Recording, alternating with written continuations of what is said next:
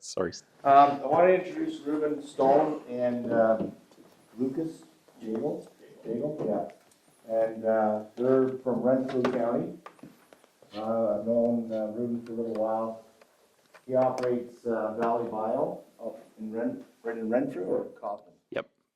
In Cobden, yeah. And Reuben and I have been on the Ottawa Valley Seed Wars for quite a few years, and I've known pretty good over the years. We do the prestigious seed auction at the farm show, which everybody's ever been to the farm show. I hope everybody's going to go this year. Anyways, so he operates Valley Bio on Highway 14 in Cobden, specializing in seed processing and seed sales. This new venture that he has right now in the ag grows started in 2023. Yeah, with the drone. And he's now providing custom farm field services with the new technology. So I'll let Reuben explain the whole process. And this, I know I sat through a presentation here on, when were we there, Shane? Tuesday or Wednesday, on drones. And it's new, it's coming, it's gonna be here. The technology is really going really fast. So, anyways, Reuben. Thanks, Steve. Yeah, so it's very fast-moving technology. So I'm, like Steve said, up in Renfrew, grew up on a beef operation and moved it into seed. But I thought I was leaving agriculture for the aviation sector. I did private and commercial pilot training coming out of high school, and but at that time, different than today, there was no jobs in that industry. All the old guys at Air Canada were staying put. So I, in a roundabout way, landed back in agriculture, and with the change and the advancement in the drone technology, the time was right to jump into it, and I got my aviation bug back in 2023. So we crop about 1,000 acres, give or take, for pedigree seed with a really diverse crop rotation, cover crop seeds mostly, process those seeds in Cobden, and then with different genetics businesses, we ship stuff all the way around the world. We ship soybean seeds from University of Guelph varieties to Ukraine. We ship cover crop seed into New York and Pennsylvania and Ohio and Tennessee. And we ship hemp seed down to South Africa and Australia and all over the States. So that's the main part of the business. And the drone stuff, I figured I could justify it for our own farm. And then as we learn about it and get into it, we've learned and grown and trying to adapt the technology as much as we can and using it as much as possible. So Lucas came out of the woodwork this spring. He's a recovering IT professional from the city, getting back into agriculture. Started in agriculture, and this is a good excuse to get him back into agriculture. So it's been interesting to see how drone technology suckers guys back into the ag world. So we'll get started, and I'm going to let Lucas go first. Yeah, so we'll start just by going over multispectral and drone imagery, and then we'll move into the larger agriculture drones for application and spreading. So just a quick history. Multispectral imagery has been in ag for a long time, essentially since the 1930s. Originally, images were taken from aircraft up until the 1970s, and that was used for pest identification and water damage identification, but it was very limited because of how expensive it was at the time. In 1972, NASA launched the Landsat satellites, which were the first multispectral satellites, which allowed large-scale agriculture analysis using multispectral imagery. That's where it started to take off, and you started getting common indexes, which if anyone is familiar with multispectral imagery, that's what you would use in agriculture. You'd create indexes of your images. And then in the 2000s, the 90s and 2000s, precision agriculture started becoming a thing. So that's when GPS started being widely adopted, and commercial satellites started being launched, and so it was more affordable for individual farmers to start taking advantage of satellite imagery. And then after that, drones started becoming available, and that allowed higher resolution images and more responsive, precise measuring, and that all applies to multispectral because now it's very affordable to get a drone with a multispectral camera on it, and you can take advantage of all the research and development that's been done over the years, and now it can apply just in a small package to a drone. So this is a multispectral drone. This is the Mavic M3M. So this is what we use for our multispectral imagery, and it's a fraction of the cost of a satellite. So. Modern use cases, so this is what you could apply multispectral to. The most common one that people are going to be using it for is health monitoring. And this would just be regular images that you take of a field. This is an example here of an index of a field. And by doing this over time, you can track changes in the crop and identify stress points before they're visible with the naked eye. So this is just taking advantage of the different spectrums so you get more information. So it's not a cure-all. You can't look at an image like this and say this is the cause of this issue, but it is a way for you to go out and identify problems prior to when they would show up traditionally. So it's helpful for that. The fun part is layering on the next steps after this. So this has been fairly common, right, from the satellite images, but now we have higher resolution that we can pick out the skips and the gaps and the misses and the washouts and all this stuff down to a much more precise level. But now it's what do we do with that data once we've got it?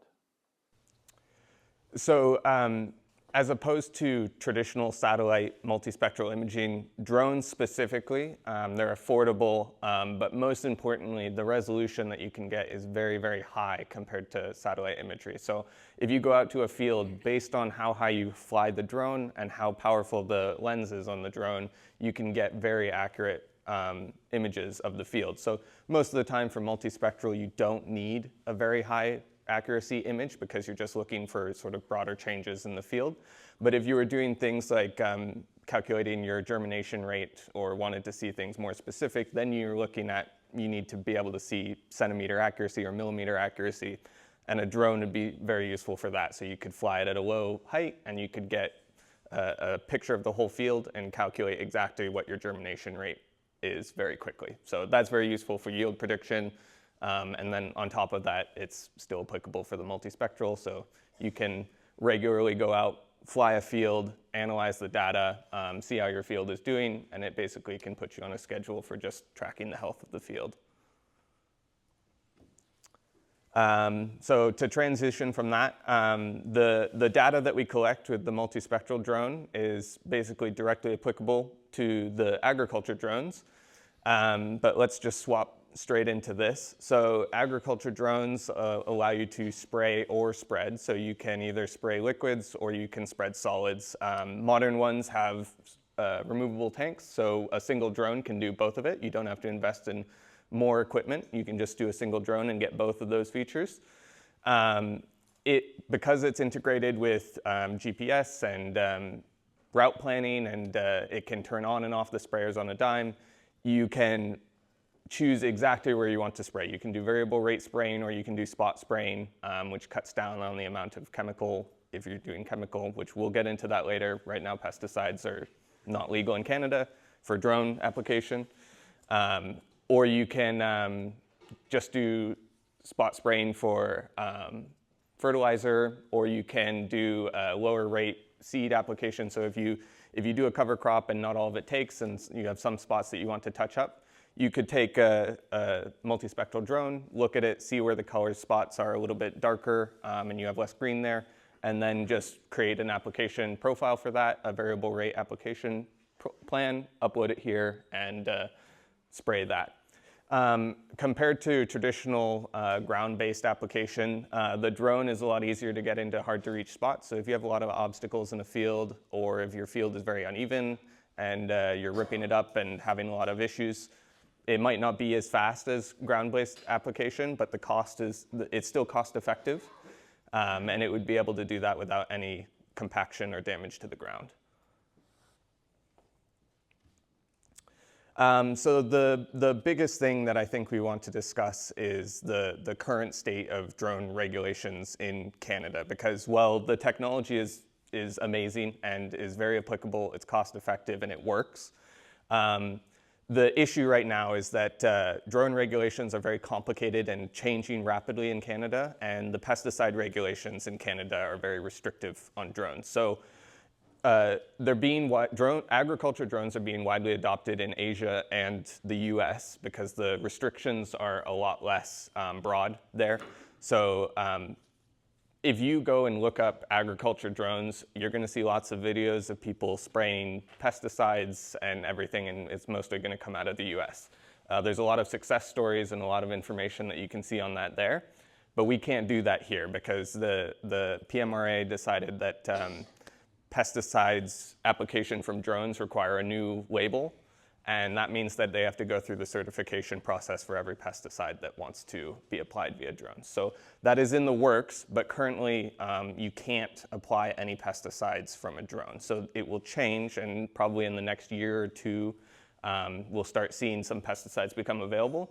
That's the main reason that most people would want to get something like this, because there's a lot fewer people using it for cover cropping or fertilizer application.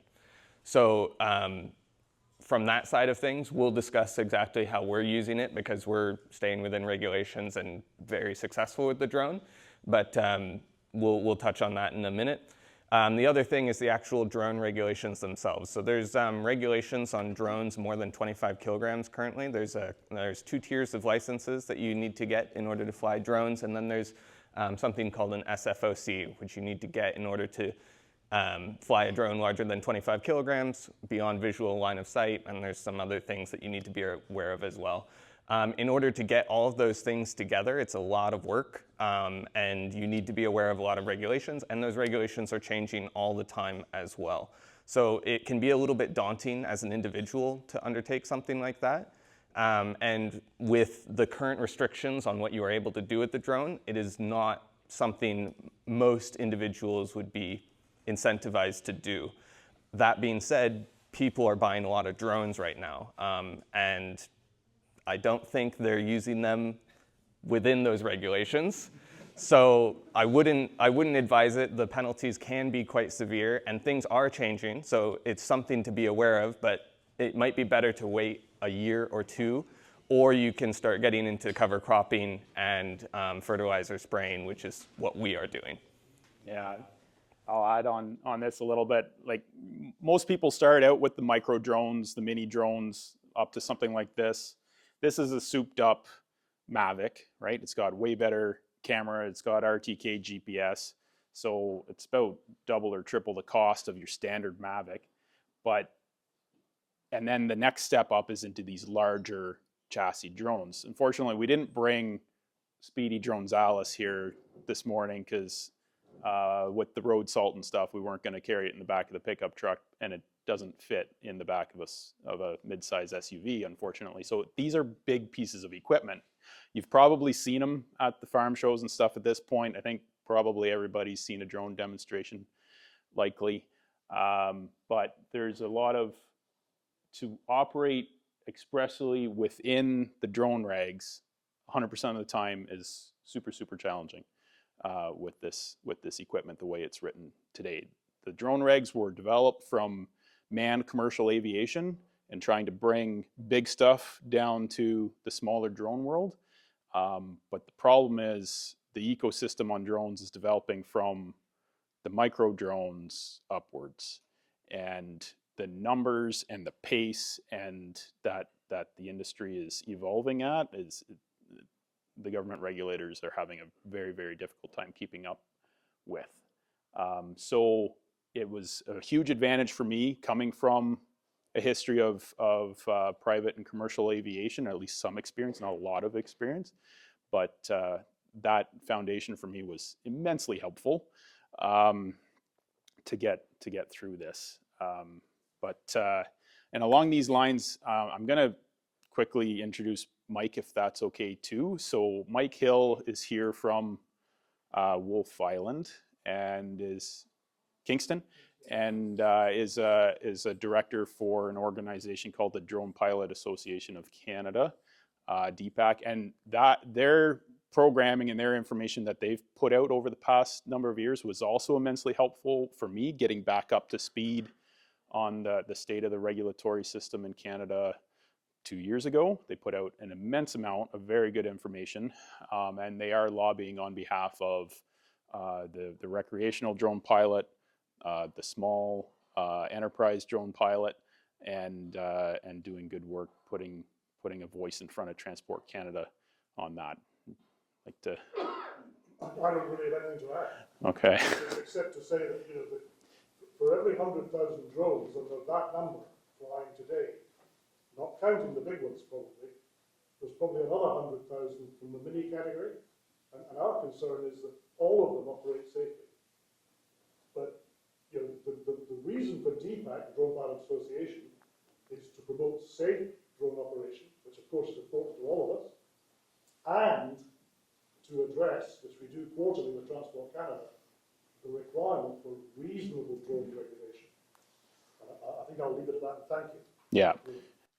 If you do take off and try to navigate yourself through this system, everyone's familiar with getting, your normal standard driver's license, but it'd be somewhat akin to walking into the Drive Safe Ontario office and then getting handed the test for a heavy truck license when all you wanted to do was drive a car in some cases. So there's some of it needs to have some adjustment in place. And they are working on that. There is a regulatory review ongoing right now. I'm not quite sure exactly what phase it is in, but there are updated regs coming expected for next spring. Fall of 2025. Yeah, fall of 25. Those updated regulations also affect large drone operations. So right now you do need an SFOC in order to fly a large drone, but there will now be a new form of license that will cover that and beyond visual line of sight, which are both important for agriculture drones. Yeah. But again, DJI is coming out with more models that might push the bar above that threshold again. The bar's really high. It should be fine for a bit. So we'll see. All right, so I bought a drone in 2023. Okay, so now what?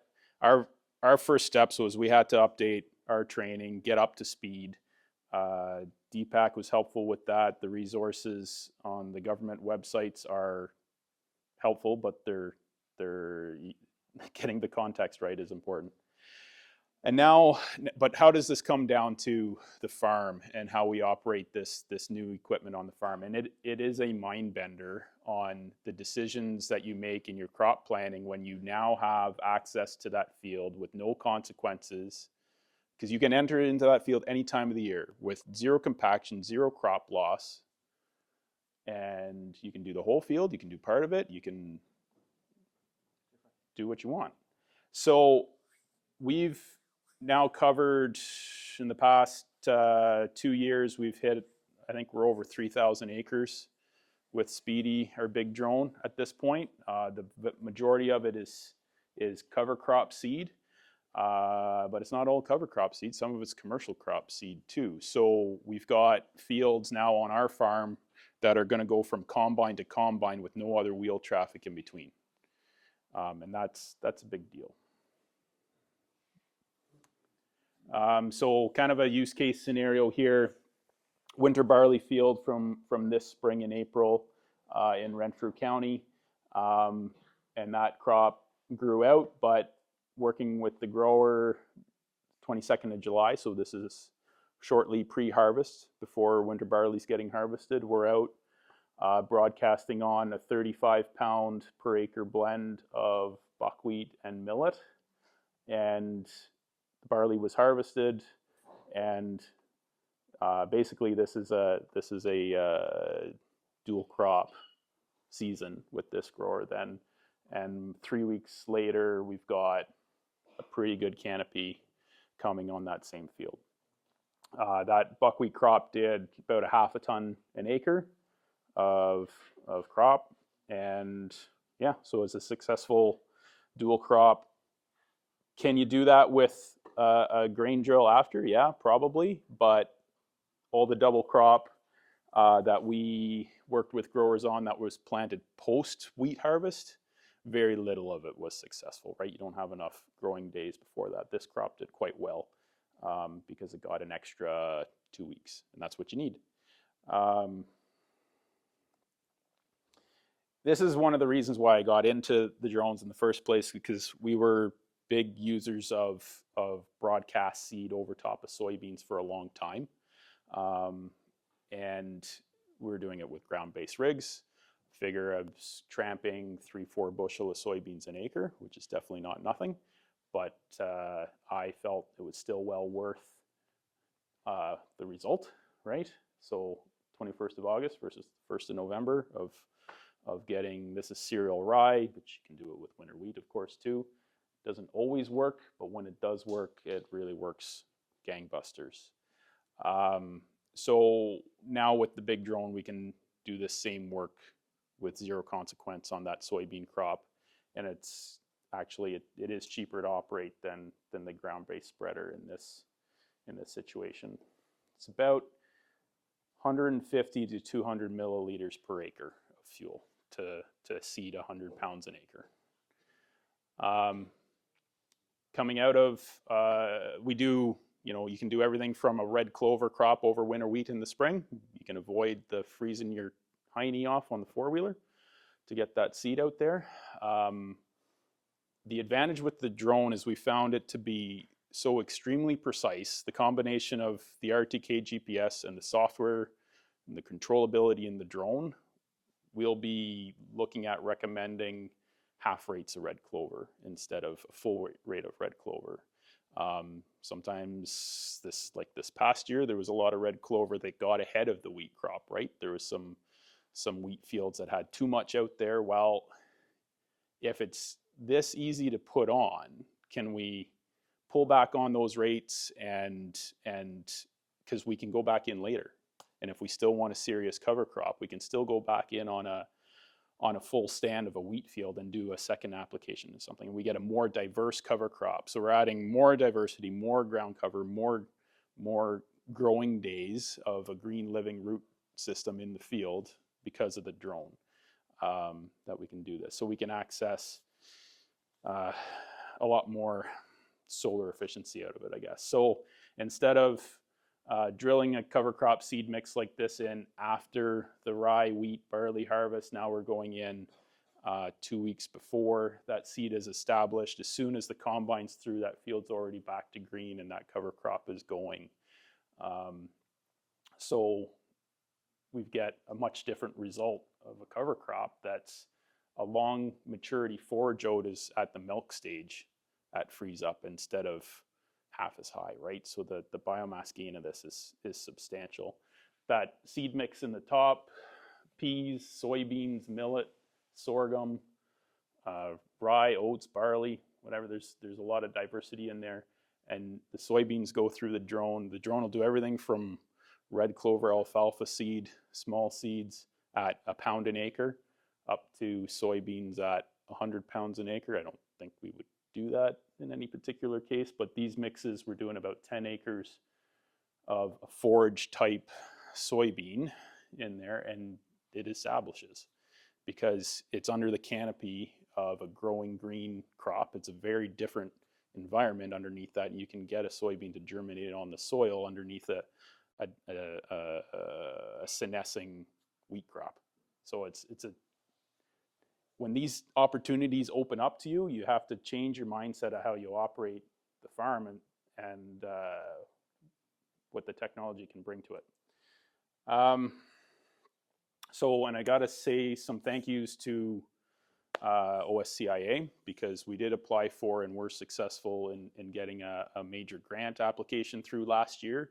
So the point of this is to do foliar fertility strategies on corn for an overall lower cost of inputs.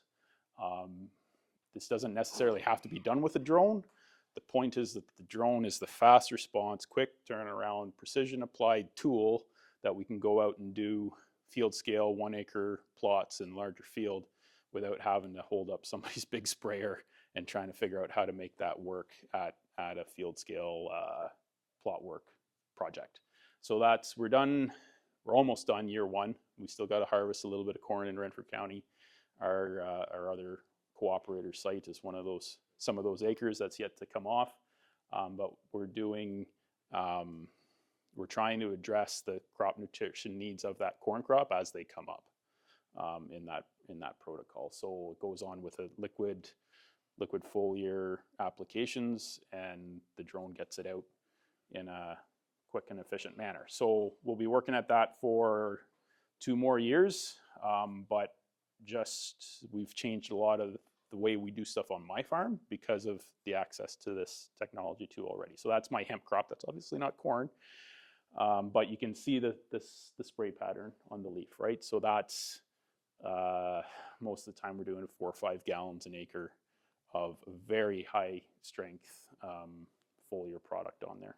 Just speaking to this image really quickly, one of the reasons that the drone is very useful for foliar is that the downwash of the propeller blades will push the spray further down into the canopy. So it's the reason why they wanted to change the regulations for pesticides and why it's classified differently. But in the case of fertilizers, it's super useful for foliar because it'll get it all the way down the plant. This is higher up in the canopy, but we've looked at it before and it gets all the way down to the ground. Yeah. There is a lot of nuance in how to operate the equipment, though. If you've gone to any of the Spray Smart workshops and stuff, drones inevitably come up in the conversation.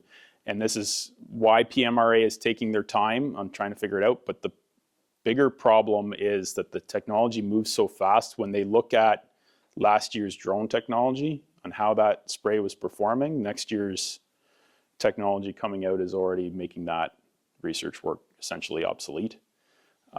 So this is a major challenge right now because our typical spray booms on a ground rig haven't changed a heck of a lot in the past 40, 50 years, really. Flat fan nozzles, air inject nozzles, whatever. That technology is really well understood, very standardized. This is moving so fast that the regulators are having a hard time pinning down how it's actually going to operate. Okay, so we'll take some questions, I think, at this point. However, One of the first questions is that big drone that's stealing, what would the cost of a drone like that be? so it's the base drone itself is around $45,000. Ours is a T40. There's now a T50. It's pretty darn close to the same thing. Mostly what they've updated is the command and control type software and the guidance system and that on it. It's a little bit more of a robust frame as well too. The difference with drones versus if you invest $100,000 in a corn planter, your accessory equipment to keep the ground support for that planter is usually not more than the corn planter itself. The ground support equipment for this easily outstrips the drone. Okay, so you can operate a drone on your own farm with the back of the pickup truck and a 8-foot 1-ton trailer or something in a simple fashion. But if it's going to be a real serious team member or implement for the farm, it needs a really, really good ground game because it's landing every 3 minutes and recharging. So you're not filling once going to the field, and you have to change your mindset of how you operate that field because you're not going to run a headland and then run up and down for an hour before you go back and fill. So there's a different operating mentality to it. So getting prepared for that, so we largely run off of a pickup truck and a tow behind flat deck trailer, but there's quite a bit of thought into loading infrastructure. RTK base station is another expense that's usually not on the sticker price, right? It's not a requirement. It's not a requirement, but it certainly comes in handy. Now we're not in the drone sales business, right? There's other dealerships for that. I'm a farmer that operates it,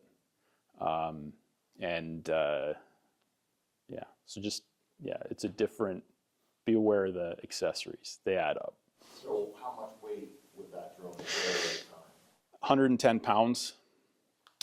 We've done anything from, single digit pounds per acre all the way up to 180 pounds an acre of urea.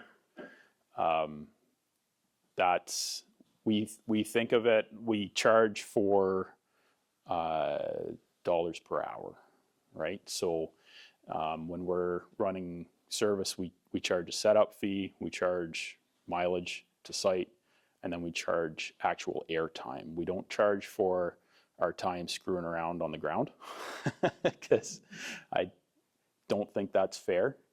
But it is, we charge $300 an hour in the air.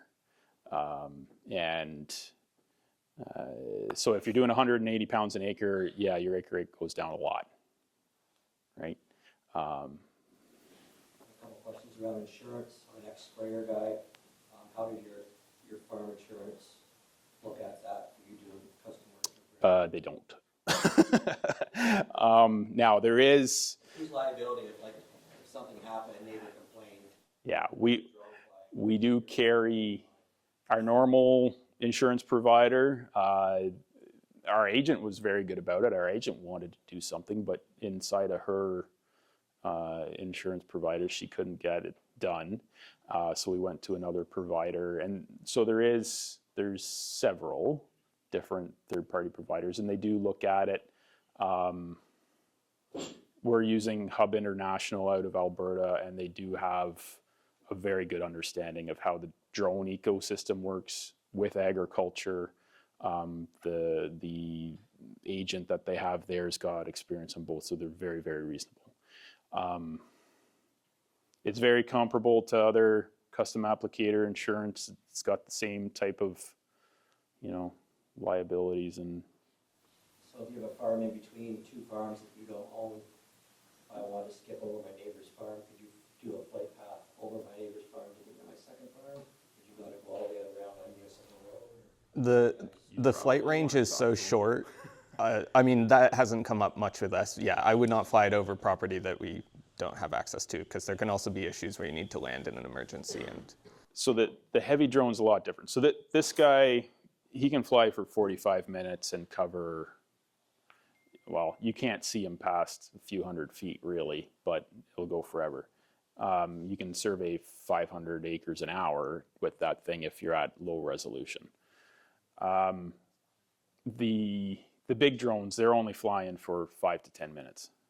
So you're not going far. when they're fully loaded, it's 2 minutes of flight. It's there and back.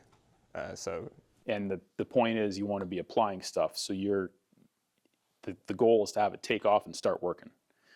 So what we would usually do with a large, say we're doing a 100-acre piece, we would probably go out and park right in the middle of the field. Or we might even work our way across the field and the drone's going out and back, out and back, out and back.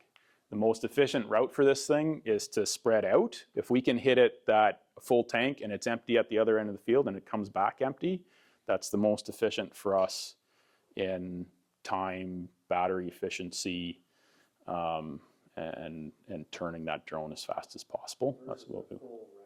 No, the full round is the most efficient, because then it takes off, does it, comes back, lands. Depends on the battery management with it. Sometimes if you're trying to, it can fly a lot longer with an empty tank. So if you can dump that tank off fast. Do your 100-acre field on a large drone, putting on, say, 200 pounds of urea to the acre. How many acres could you pound through in a day or an hour? 200 pounds an acre, you're probably not going to do it this. You'd be close to like $100 an acre to do that. We have done urea over ground that no ground rig was ever going to drive on, right? Because soil saturation and yeah, she's going to get stuck. So that's that type of scenario. So you'd pick out those acres out of that operation that makes sense to do either way.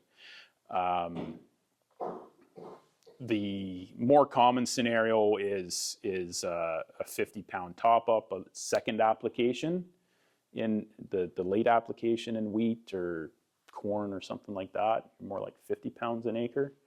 That you can hit 100 acres in 3-4 hours. Yeah. As long as you got people with strong arms and buckets. Yeah, 5-gallon pail is actually surprisingly efficient. Just curious, we have, what you were talking about it earlier. Do you ever have a drone go out, not come back? Not yet. Not us. Not us. But we've heard lots of stories. So the various sellers are surprised that we have not had that happen. And we have had close calls, but we are pretty diligent on our procedures when things start to go wrong. And that has prevented any significant issues.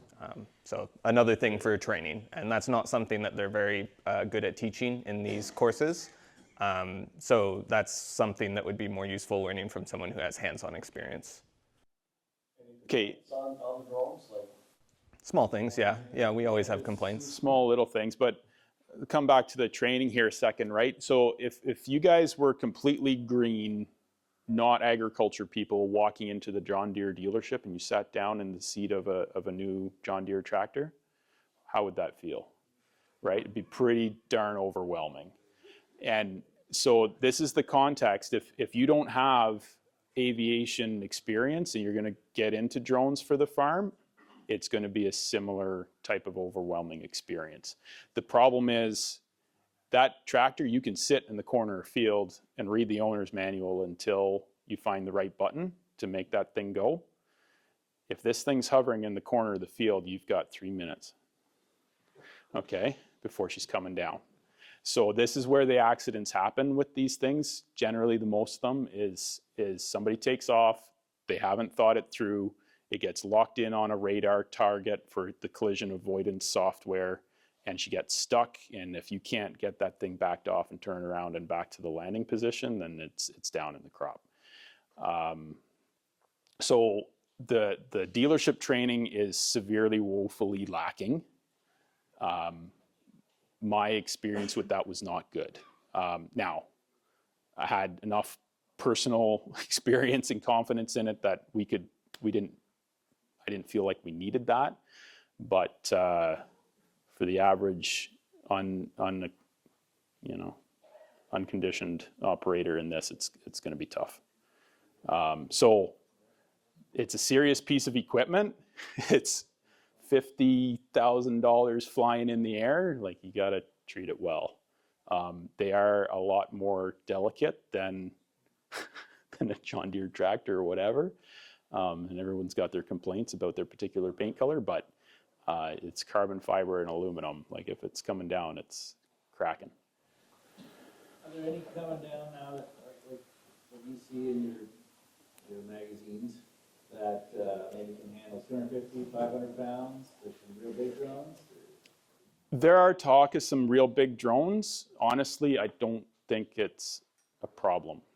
There's going to be a happy sweet spot at this 150 pounds, because when an airliner takes off, they take off with the right amount of fuel for where they're getting to, right? Bigger payload doesn't always matter in this scenario. It's about how efficient you can be with the power consumed and the turning time. You're running an F1 pit crew here. You're not carrying product for the whole field. So it's a good ground game and a good pit crew, and then it's applicators. You're going to see multiple drones per field at about this scale. There are companies talking about bigger drones, maybe 150 kilo payload, but this is 50 kilo payload. I bet you it's the returns are going to diminish beyond that too much. You're going to see multiple drones taking off in different directions and coming back, and you're going to be working at, we've done that. We've done multiple drone operations in the same field, and it's interesting. So Every flight. Yeah, there's exceptions, Pretty near. but as a rule of thumb, every flight. So you buy the drone, you're buying one drone, usually 3 batteries. You got one flying, one charging, and one taking a break. And you're running this drone runs a 10 kilowatt generator, gas generator, or we plug it into the grid. That is a much more pleasant scenario when you're working from the office and you're plugged in at the house, charging batteries off of, it's about a 40 amp 240 plug. And so long as you're getting the proper voltage and amps to the charger, the batteries can keep up fine. When it's fully loaded, a flight there and back is generally around 2-3 minutes. But if you're doing a lower rate application, then it's going to be longer. So you're managing payload versus runtime. So if you're doing red clover at 5 pounds an acre, you will only put in a third of a tank of payload and run a 10-minute flight path versus running 100 pounds an acre of rye. You're going to run a 2-minute flight and the tank will be empty in a minute. Yeah. So it's a very different operating mindset. No.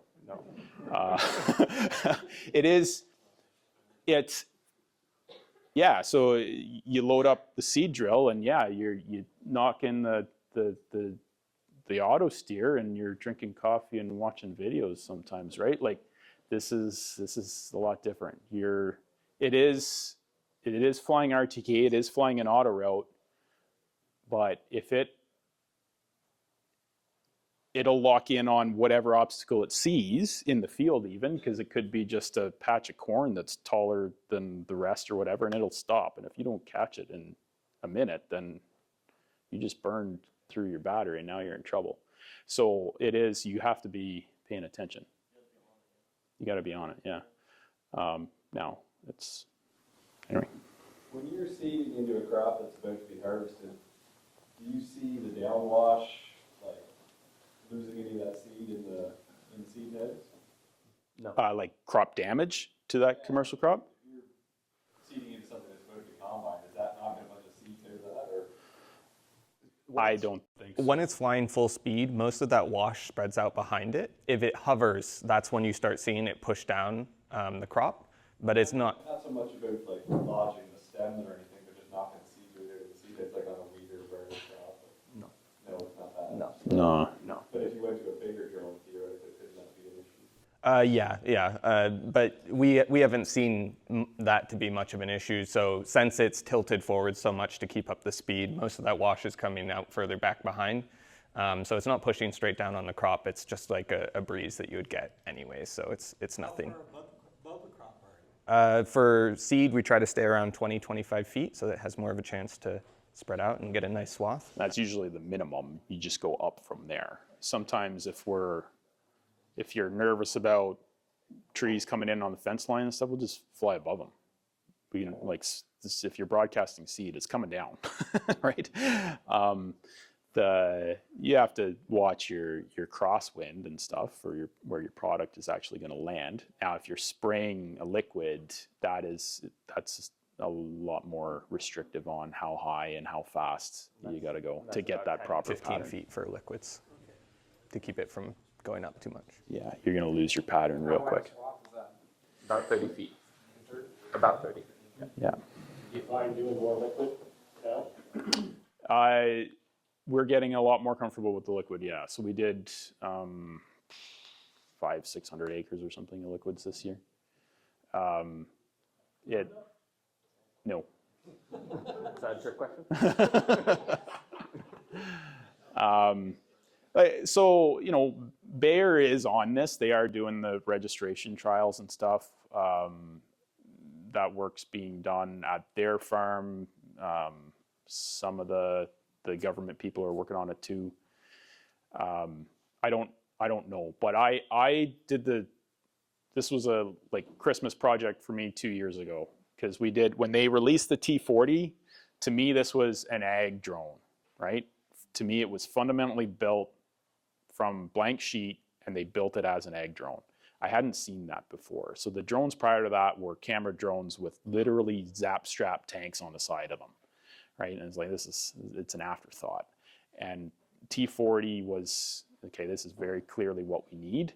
And started playing around with the math. And because I'm such a intensive user of cover crop seed and the practices on the farm, okay, I can make this work for me. And if it turns out better that we can get it out to some of you guys, then all the better. And I think it's playing out that way. Been pretty happy with how it's panned out. You yourself tried any double crop beans? Not double crop soybeans, no. No. And actually, so my own rotation, I don't grow any corn myself. I'm doing a corn agronomy study, but I don't grow corn. Industrial hemp is our kind of higher input, higher management type of crop that kind of fills that corn hole for me.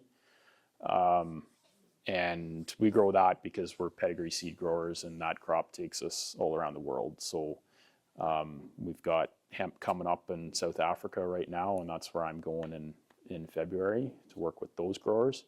And the drone's really conducive to that. So yeah, it's. What about canola?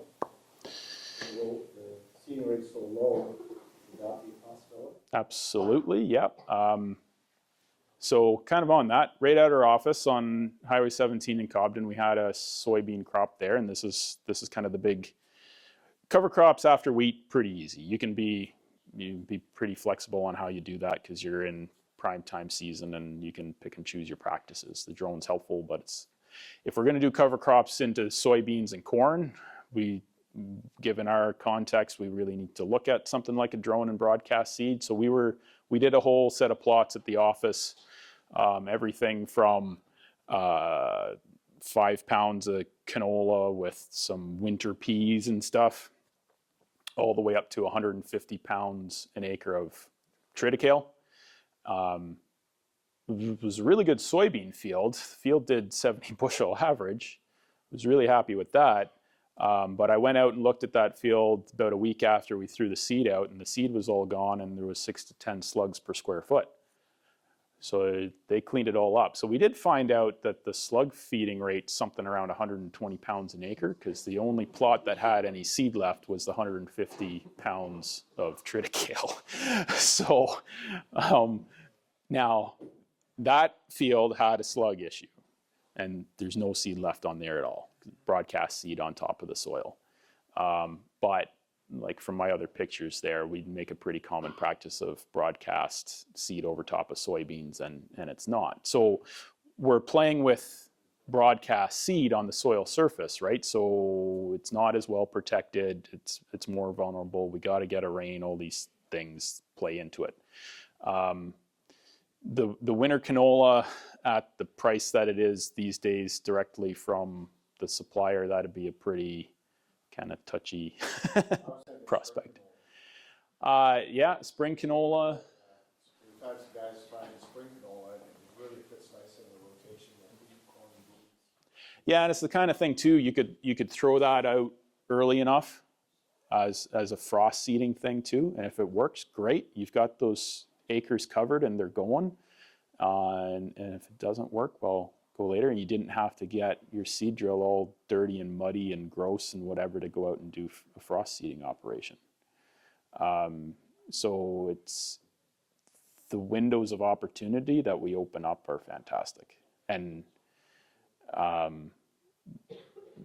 so these combinations and planning are key. That's something that we've done a lot with at Valley Bio, is designer seed mixes to try to work that in. To plan that out, and multi-species intercropping, and that we can try to take advantage of all this diversity and opportunities. Yeah. Sorry, yeah. Can you speak briefly about what it takes to develop a flight plan? As I Sure. understand it, you have to register. You register a drone that's this size, and somewhat ironically, the big drones you do not register. It's tied to your SFOC, so it's a separate registration, not tied to the drone itself. For the flight plan, you only need to file it if it's in controlled airspace, and the large drone, our SFOC does not cover controlled airspace, so we can only fly Class G. If we wanted to fly in that, we would have to file a separate SFOC. And that would require prior notification, at least 30 working days, yada, yada, yada. There's a lot more steps when that starts to get involved. So if your field is next to an airport, forget it. Yeah. Okay, well, hang on a sec here. Not all airports are controlled airports, right? Yeah. We're talking CFB Trenton or Kingston, yeah, that would get interesting. But the picture up there of the multispectral image, that is across the road from Cobden Bruce McPhail Memorial Airport, which is Class G airport. So all we have to do there is call the airport operator and make sure that they know, and we keep our distance. There is a workflow that we go through in pre-planning. So when we get, for our own fields or for a customer's field, we'll pre-plan the operation. So usually like to get out to the field ahead of time if we can, because we're looking for things that you may not be looking for. You're usually more concerned about the rocks poking out of the ground. We don't care. We're worried about the trees hanging over the fence line or the power line or the cell tower. These are things that some guys don't take note of, right? Because we're in a different context. So we'll check out that kind of stuff. We'll do DPAC's got a great software. Nav Canada does. NRC does that. We can check out NOTAMs, notice to airmen. So these are notices that come out in the aviation world to say who's doing what, where, when, kind of thing. Military operations going on here. Nobody's allowed to fly. Stuff like this. President Trump's coming to town to shut down the whole airspace, that kind of thing. Yeah, you don't want to be the guy flying a drone when that happens. So you got to check out those things, check out your distance to the nearest airport and who that contact information is. You got to have a bit of a game plan for a fly off. There are instances that happen that you can have a glitch. This is exceedingly rare, but a drone can take off with its own mind. Computers do weird things sometimes. Don has a great video what happened to him with I think that was a Mavic, that you have a bit flip in the computer and it gets glitchy. So you have to have that plan in place ahead of time, and this comes back to aviation training and situational awareness and having those plans in place, because you want to have that phone number for who's the appropriate authority is, close at hand for that emergency planning situation. The software that we use is very quick for all this stuff. So we can basically just put in a location and it gives us all the numbers that we need for emergency contacts and everything. So it's very quick to plan. Yeah, so we'll get that printout sheet available, and then we'll do some flight planning of our own for the materials needed on site and when and where and how we're going to do that. So then we put in the context of, okay, are we putting seed over top of green soybeans? So there's an optimum window to doing that. For me, found that kind of 3 weeks ahead of grain harvest, you got yellow leaves dropping. If we can get seed on the ground just in time to have the leaves fall on top of it, that's pretty good timing. And then if we can pair that up with a rain event that comes around the same time, then that's the best case scenario for something like that. So we will try to make the stars align for that kind of thing. What about wind? The drones can handle about the kind of wind that you would expect your ground rigs to handle, if not maybe a little bit more. That does affect the operations of how it can go, but we're trying to do a 20-30 foot spread pattern, and we're not trying to spread 40, 50, 80, whatever feet that a ground rig does. We also have a little more control. So if it's windy, you can lower your flight so you're not spreading it as far. We can narrow up the swath width. Yeah, we have options. You have fewer options if it's liquid, because that's droplets and that's going to get caught by the wind no matter what you do. So that's about 10 kilometers an hour, where you shouldn't spray above that because you're not going to be able to get a consistent pattern. That's a little bit trial and error, sounds like.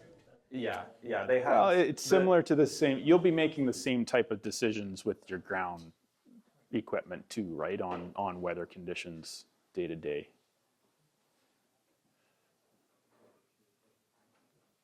Yeah. So. Do you have any issues with cell towers picking up their frequency and throwing you out of No. Some things can reduce frequency, but more often than not, it's obstacles like trees or something like that, where if you're getting around close to the edge of a tree line, you're only getting half of the broadcast from that drone. So things like that can cause issues. I wouldn't want to plan to have a cell tower in between me and the drone. That's not something you would do. You would plan your operation that don't do that. But you can, radio interference can be a funny thing. So yeah, you can have radio interference happen. When we had the big solar storm there a while ago, that's as much or a bigger problem than cell towers are. These drones have a large band that they use, so they will automatically adapt based on whatever's going on. So they do a pretty good job of maintaining connection, better than you would expect, is what I would say. Something to be aware of. Grew up with the old remote control model airplane stuff where you had to like log out a frequency, right, before you went flying with a model aircraft. That you don't have to do that anymore. The frequencies are all, that's all computer micro wizardry that happens in the background. Being such a specialty, not anybody's just gonna get into this, or it's custom application, where do you see your business going? For how many drones or how big area cover? Sky's the limit, I guess you could say.